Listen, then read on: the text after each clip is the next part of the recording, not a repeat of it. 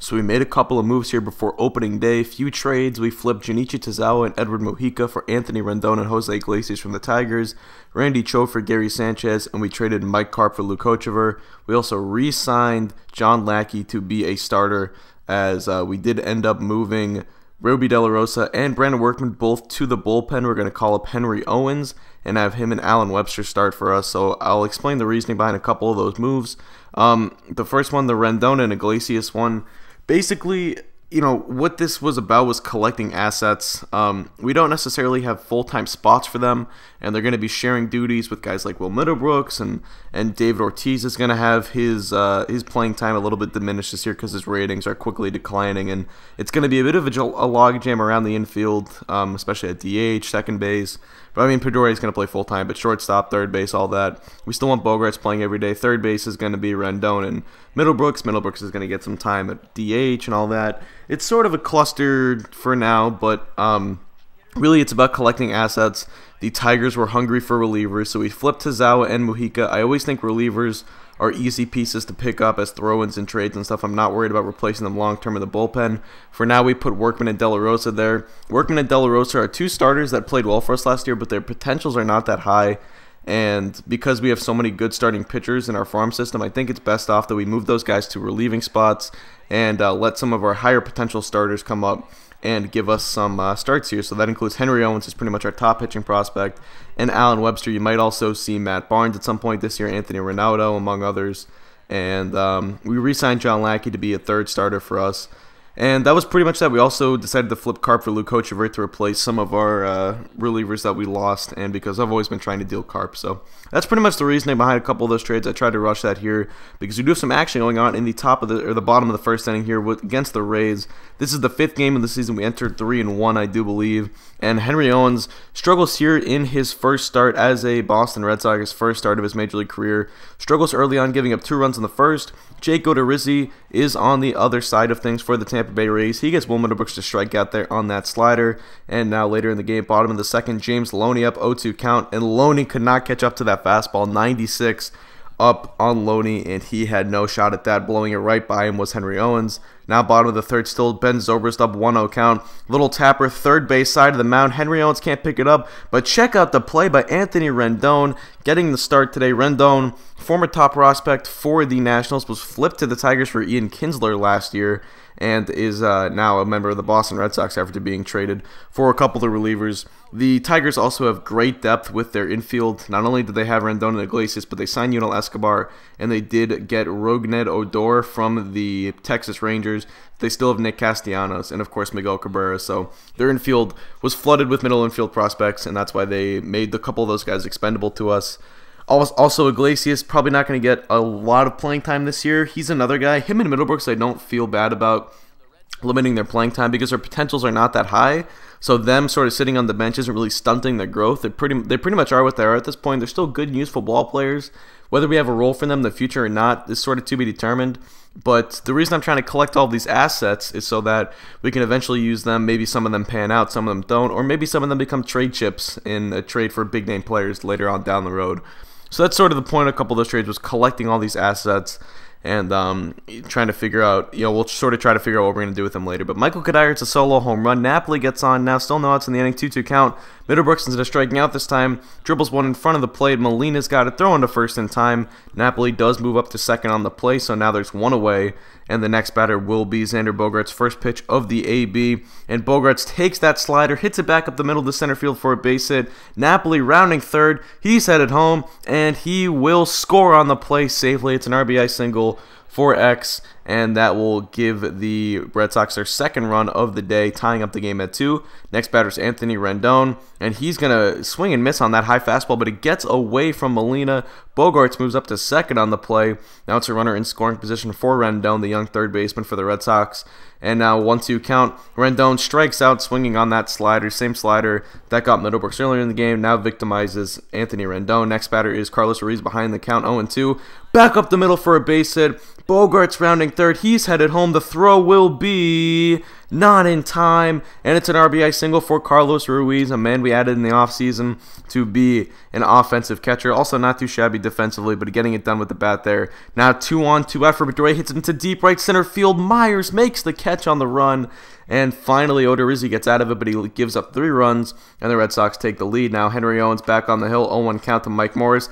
Bradley on the run makes the play, and Jackie Bradley Jr. showing off the range right there. Most center fielders would have to dive for that to try and even make that play. Bradley does it in stride. Beautiful catch right there, and then Owens started to lock in here as the game went on. Jed Lowry strikes out looking right there. Henry Owens really settling in after a rough first inning, has gone through the next 3 pretty much unscathed. Top of the 5th now, Michael Kadire up, already a homer today. This time he's going to take this one to the left center field gap, and that will get down for a base hit, rolling all the way to the wall. Kadire rounding first, headed for 2. He's in there safely, and it is a double. Another extra base hit for Michael Kadire, a man re-signed by the Red Sox in the offseason. Now, my next batter is Mike Napoli, and Napoli to deep center field, and that is a no-doubt home run near the Ray tank out there in center, and that ball is gone. Actually, the Ray tank is in right center. Never mind, but still out by the cameras, I believe, there in left center.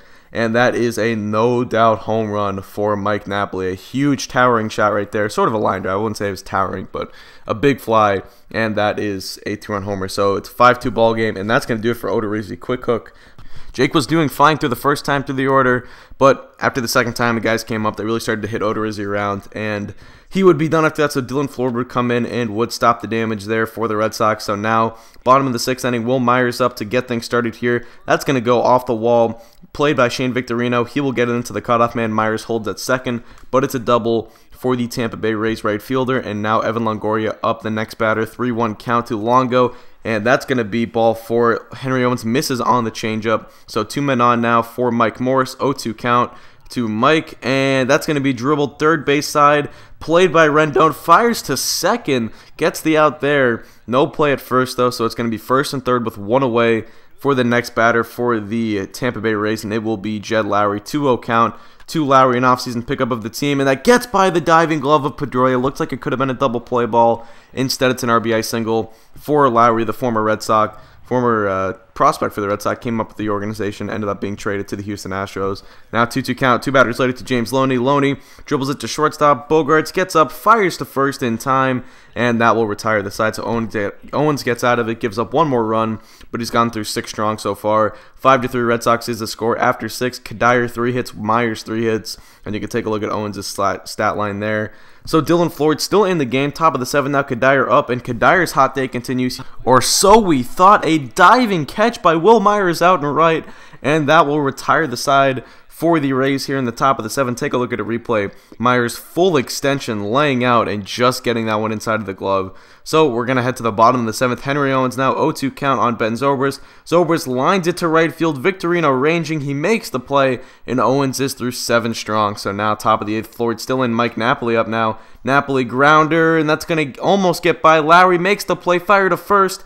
Not in time, and that will get a leadoff base runner on base for the Boston Red Sox now in the top of the 8th inning. Xander Bogaerts up next. Bogaerts swings and misses. The sliders have been killing the Sox all day long, but Bogaerts had a good day nonetheless. Now, 2 batters later, it's Anthony Rendon, 2 out, and Rendon turns on that inside pitch into the left field gap. That's going to go all the way to the wall. Left fielder over to play it. Melky Cabrera, that is.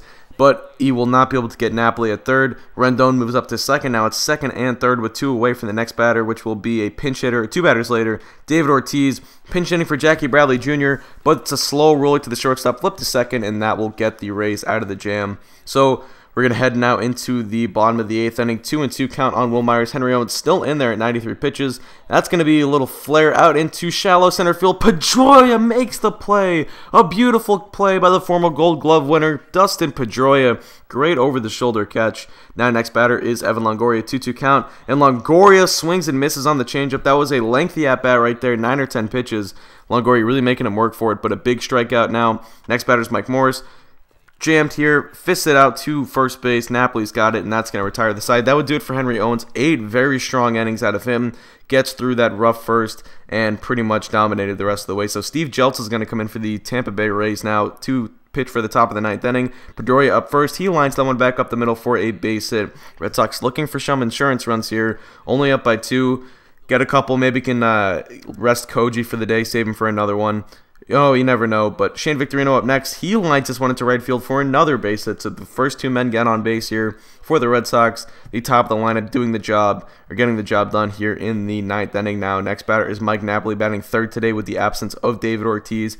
He's going to get intentionally walked after a pass ball. Or I guess actually Kadire moved them over, so there's 1 away. And then that was an intentional walk to Napoli. So Middlebrooks up next. He lines it back up the middle for a base hit. And runner coming around. That will score 2. And the Red Sox take a 7-3 lead now. Napoli moves up to second, and it's 1st and 2nd with still just 1 away for now Xander Bogaerts. First pitch of the AB. And Bogaerts hits back up the middle for a base hit. A lot of activity to center today. Napoli coming around. Throw home. And this time it's in time, as Napoli is gunned out at the plate by, I believe that was Desmond Jennings out there in center. So 2 away now for the Red Sox. Next batter is Anthony Rendon, already with a hit today. May get 2 as he crushes this one to left center field. That gets all the way down to the gap, 1 hopping up off the wall. 2 runs will come around and score. Rendon rounding second, I should say, heading for 3rd. Easy stand-up triple for Anthony Rendon. He's got his 2nd extra base hit of the afternoon. And that puts the Red Sox up 9-3, blowing this game open for the Red Sox. Now, Ruiz up next. He grounds this one to second base. Fire onto first, and it's in time for the out. So, Ray's finally out of it. Jeltz pitches that entire inning, but he gives up 4 runs, and now it is 9-3. We're going to bring in Luke Hochevar, one of the guys we traded for early in the season, or before the episode, I should say. And he will look to close things out in the 9th. Still 9-3. Batter is Jose Molina. Flies it to left center field. Nava coming on, and it's going to be Bradley making the play. That's not Nava. Is that Nava? I'm not even sure. But that's going to do it. So the Red Sox pick up a 9-3 victory, and that is going to wrap up this episode. So I want to thank you guys for watching. Hope you did enjoy. Just out. Peace.